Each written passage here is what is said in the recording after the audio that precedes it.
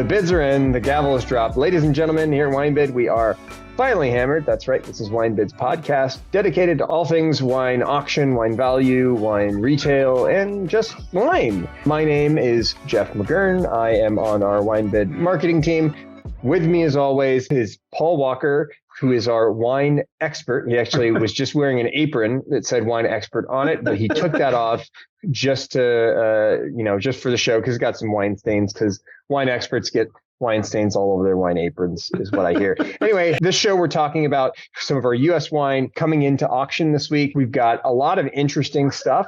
I'm going to start us off with one of our favorites, Screaming Eagle Sauvignon Blanc, 2010 at a mere, well, it was $3,000 a bottle, but it has a bid and it's at $3,200 now. Wow. So someone's trying to get their 2010 Screaming Eagle Sauvignon Blanc quickly. And as far as I know, there's only 300 bottles produced a year.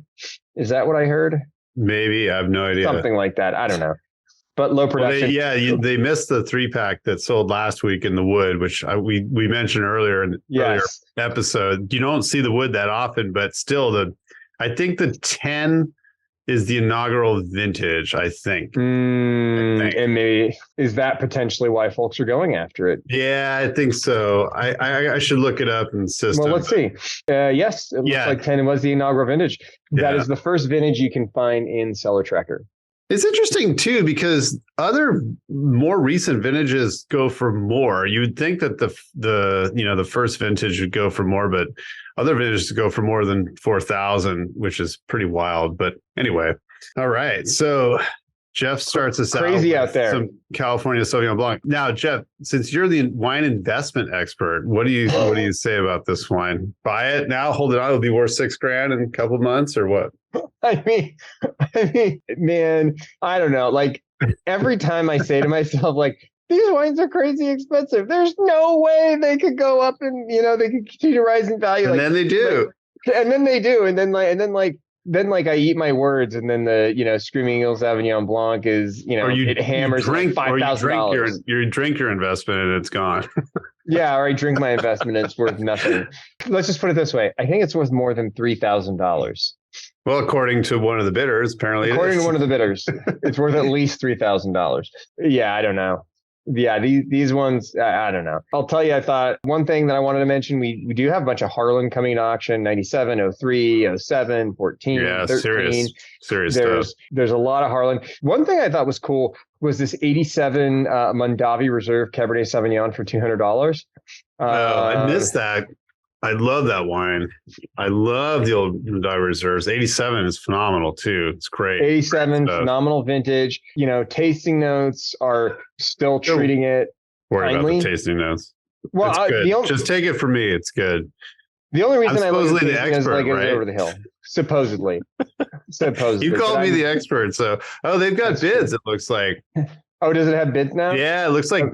Both of them do, because they started at 200, and so now they're got a bid at 210 to see. That's the finally hammered effect is expanding. Like people are bidding on it before I've mentioned it, but after I've put it on my list, because I did put that on my list yesterday before it had any bids. This 2014, we had a bunch of Aubert coming to auction. 2014 Aubert Eastside Vineyard Chardonnay 125. Bunch of Aubert coming to auction. This is tasty stuff.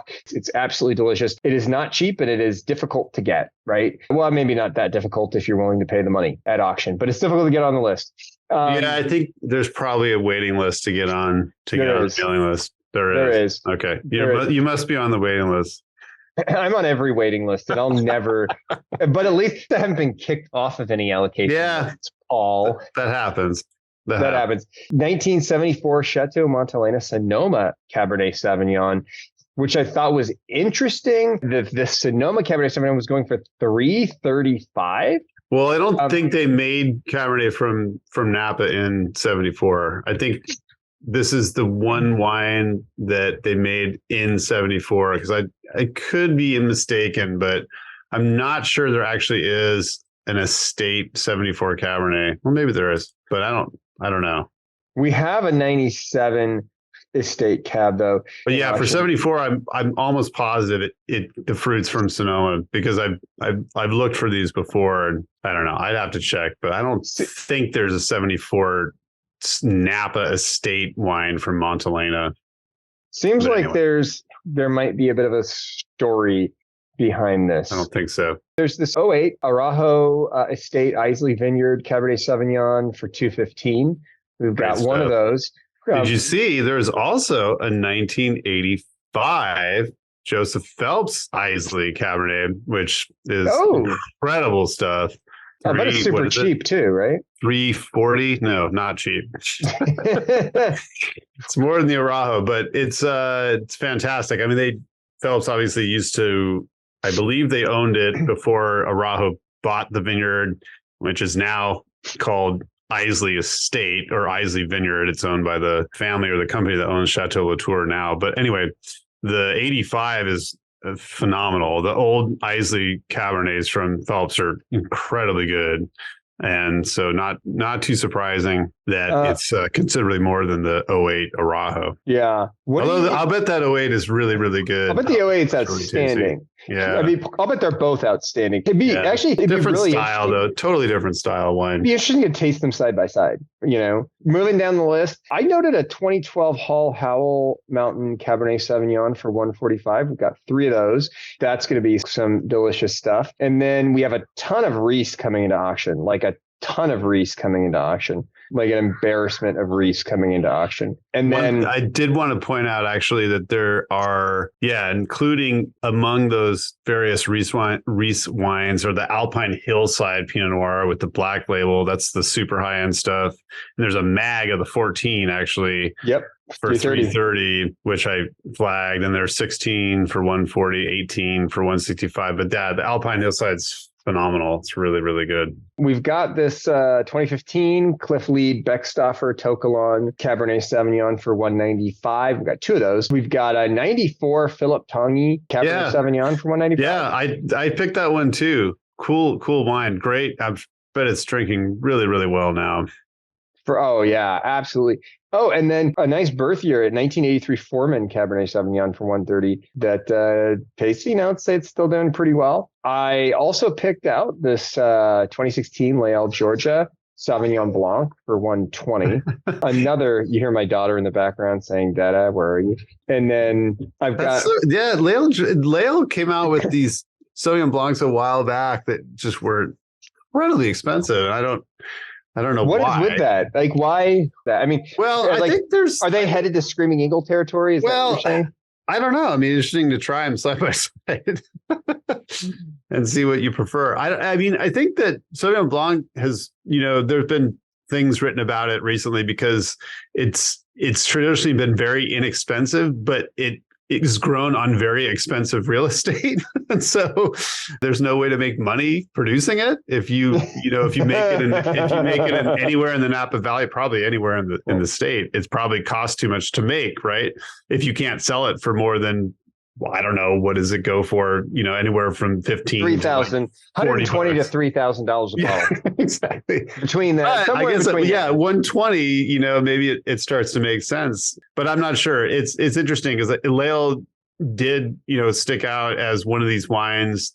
The Sauvignon Blancs back, how many years ago? 6, 7, 8, 9, 10 years ago.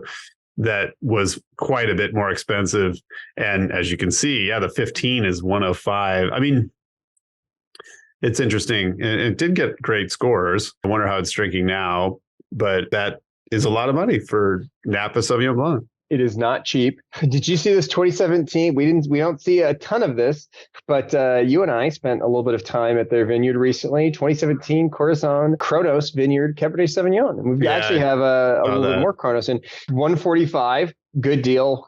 Phenomenal stuff. I know you're a Corazon fan now that I feel like I've turned you on to that vineyard and their amazing Jeff, wines. You know what? You missed out because the bottle I bought from the winery, we drank at a dinner for our wine bid sales meeting, and you weren't here, so you missed out. It was too young. It was time. Young for sure, but it was fun to drink because 17s drink great right now. It's a great drinking vintage, and it was delicious. So you totally missed out. What do you think about this 2014 Lynn Calodo Nemesis Syrah? at 65. Good. I mean, I like their wines. That's there. It's a super intense style of wine. They don't make shy wines by any means, but I'll bet 14. Did you say 14 Nemesis? Yes, the 14 Nemesis. Yeah. I mean, $65. It's almost 10 years old. I think from the winery, it's probably more. And yeah, that's great wine. But again, it's it's a very heady Paso Robles style. It's not a shy wine. I also saw speaking of Linda Colotto, there's the Martian, which is the Cabernet 15 Martian, and it's 85, which I think again is less than what they're charging at the winery, but pretty cool stuff. It's a beautiful place. It's really fun to go there. Recommend it if you go to Paso. Let me ask you this. What are your thoughts on Cuvées on Cabernet Sauvignon? The old wines are impressive, and actually some of their Chardonnays from back in the day were really good too, but I haven't had anything recent release. Well, there is a 1977 bottle of a 6-liter. Oh, wow. 40. That's cool. Which I thought that was super duper cool. Yeah. Right. I mean, this is a nice party bottle right here. Right. And, 6 liters, probably doing well. Actually, somebody drank it from a 6-liter as recently as 2018. Said it was still pretty good. But I thought that was a really interesting party bottle. Yeah. That's a rare one to have, right? Like, how often do you see that? I wanted to mention we had, 116 lots of Cayuse coming into auction this week. Wow. 116 lots of Cayuse. You're shooting up to the Northwest. I want to mention some other California wines before we get out of the state, if you don't mind. Yeah, let's do it. And I'll just breeze through them because we are tight for time today, unfortunately. But 14 Arnaud Roberts Mag of Trousseau, I thought was pretty interesting. A little bit cheaper than the Pouffinet. 81 for the Mag. There's a 68 BV Latour. It's a legendary bottling from them. It's one of the most amazing California Cabernets. I haven't had it in years, but it was incredible. That's at 415. There's a selection of 01 bonds in this week. I thought that was pretty cool to see 20-plus-year-old bond wines in auction. Melbury, St. Eden, and Vocina, all over, looks like 385 and up. There is a bottle of 14 Cerritos, the Peter Martin Ray Cabernet, which is excellent wine down in Santa Cruz Mountains for 81. It's got a bid. Great stuff. Known for their Pinot Noir and Chardonnay, but the Cabernet is quite good and made in a sort of more traditional, not extracted, not spoofilated, if you will, style. There's an 80 Chalon Estate Pinot Noir Magnum in at $550, which I thought was a pretty wild price for that stuff, but interesting nonetheless to see. Old Chalon is good and hard to find. You mentioned the Coruscant. There's a $97 Valamaya in this week, $440. It's phenomenal stuff from a serious vintage in California. Oh, yeah. Domaine de la Terre Rouge, 16 bottles, I thought, of the Tête-à-Tête, which I think is kind of their like Côte d'Aron style, if you will. Leaner, lighter, easy drinking wine, but it's stuff from Sierra foothills, and it's kind of hard to find. And so I'm always curious about this. I think I'll probably bid on some if it doesn't get bid. But anyway, that was an interesting one. One of my all-time favorite California wines ever is Caymus. This week. No, 91 Dominus. Oh, sorry. 91 Dominus in at 400. One bottle of that. No, it's truly astounding. It is unbelievably good. And again, I haven't had it in a few years, but it's just incredible wine. A trio of magnums from Dunn. There's 95, 97, and 99 mags of the Napa Valley Cab, which are not too spendy, 240, 270, and 210 respectively. And then 85 Dunhall at 280, 91 Dunhall, 94 Dunhall, 97 Dunhall Magnum at 370, which I didn't think was terrible. It's great wine. It's actually drinks better, I would say, not better, but it's not quite in the same tannic style as some of the 80s wines. Had it like 5-6 years ago. It was quite good. There's a mag of 93 Grace Family, which I saw that. Always. I knew you were gonna mention that. Yeah, it's one of those wines like I have very little experience with and always been kind of fascinated by. It's kind of the original cult wine because when, back in the 80s, it was just impossible to find. Like you could not find this wine. Not that I was buying wine in the 80s, but I was told that it was just something that was, you could buy Caymus from Grace Family back in the late 70s and early 80s. They made a Grace Family designated wine, but the Grace Family estate wine was really, really hard to find and always incredibly expensive. But there's a mag of 93 for $480, which I didn't think was crazy, and it's very rare.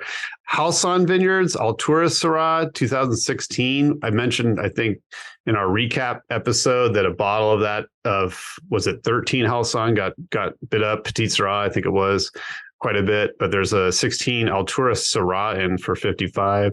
There's 69 Heights Martha's in this week for 1120. Serious price, but very serious vintage and considerably cheaper than the 69 Chapelet that was in a couple weeks ago. 97 Hess Collection Cab, $20 for a 97 from the Hess Collection estate. I thought that was a deal. Someone would probably grab that. I mentioned the 85 Phelps Isley, amazing wine. There's some Lagier Meredith Syrah, 07, 17, and 18. Great wines. And the inexpensive for the 17, 18, they're only $30 reserves. There's some Llewellyn White Cabernet, White Vineyard Cabernet, 06. I had this wine years ago. It was delicious. $65 for that. 18 Liquid Farm White Hill Chardonnay for $35 a piece. I thought that was a good deal. It's very, very tasty wine from Central Coast.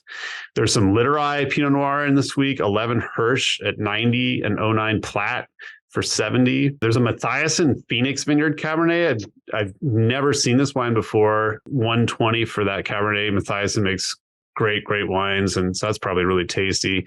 Some Paulmeyer Pièce de Résistance in this week, 07 and 10, 350 and 300 respectively. There's some Paul Lotto Larner Vineyard Cinematique Syrah, 56 has got a bid. It's rare stuff, and it's really, really good. Peter Michael Pointe Rouge Chardonnay, there's 14 and 16. It's like the top Chardonnay from Peter Michael, excellent stuff and not cheap. 325, 340 is like approaching Kongsgaard judge prices there. And then let's see. Oh yeah, there's some, speaking of done, there's 13 Retro Elevation Petite Syrah. Two of those they got bids at 31. Great Petite Syrah. Mike's making awesome Petite Syrah from Howell Mountain. And he also runs his dad's wine now. It's really, really good. We mentioned the Reese wines. There's some Sandlands. Let's see. Red Table Wine, 17. There's 15 Trousseau and 17 Trousseau. Really, really, really tasty stuff. And sort of, I don't want to say traditional, but not made in an extracted style. They're really, really good. They're not expensive and they're awesome. And varieties that you don't see all that often in California. Yeah, and I saw this Sarah Francis. This one stuck out as something I'd never heard of before. Sarah Francis Beckstoffer Carneros Lake Vineyard Chardonnay 2016 for $90 reserve. Something I'd never ever heard of before, but I'm kind of curious. So I mentioned those. And then there's some Shiflet Estate Cabernet, which is interesting because I don't believe the estate label exists anymore. The fruit from this vineyard is now used for William and Mary Cabernet. It's Will Seguy's wine, he's been working with Thomas Brown for years and years, and it's got his own label. Shout out to Will, great stuff. Anyway, the Shiflet Estate Cabernet is in this week, bottles of the 09 for $35. And then there's some Silver Oak Bonnie's Magnums, which I thought was really cool. 84 and 85 Bonnie's Mags, rare wine, really, really good. This is back in the day when it was excellent stuff. 340 for the 84 and 380 for the 85. And then there's a mag of the Napa Silver Oak 86 for 290. Then there's some Tyler Sanford and Benedict Chardonnay 14. And then Zodovich Chardonnay 16. There's like 2 cases of that, $35. I thought those are great deals. Really good wine. And finally, 17 Whitcraft Cuvée Viticole Lally Fine Pinot Noir at $50. Very sort of, this has a major sommelier following, Whitcraft Pinot Noir. It's good wine. But anyway, those were my picks for California. Outside of California, I don't have that many picks this week. Yeah, I unfortunately have to run, so well, we have to go. I'm going to mention two things then. That's it. I already mentioned we have a ton of Cayuse. And one thing we mentioned the other day, but I want to mention again here, we have the 2011 Antiquatera Rosé Pinot Noir, which has 4 bids on it, which have already gone from 45 to 63. And I think that one's a candidate to break 100. It's on its way. It's on its way. And then the other one that was really interesting, this 2010 RDV Vineyards Lost Mountain. From Virginia. Yeah. From Virginia. Yeah. Very cool wine. I've tasted some of this wine before, and I was actually quite impressed. But it is one of those rare things that, sticks out. You're like, wait a minute. $120 wine from Virginia. From Virginia. Yeah, that's what true. I said. I was like, what? Yeah, it's extremely hard to find. It pops up at auction only every once in a while, and it's very, very good. I'd love to try this with other wines. I didn't have anything to compare it to, so, and of course I tasted it by itself, and I was like, oh yeah, it's great. It's like, but this would be an amazing bottle to bring to like a 2010, Bordeaux blend tasting. Nobody would ever get it. And it's bag it and be like, what do you think? And everyone's be like, this is wine of the night. What is, second growth, what is this first stuff? growth? Yeah. But anyway, on that note, this is Jeff McGurn and Paul Walker signing off, wishing you happy bidding and cheers. Cheers.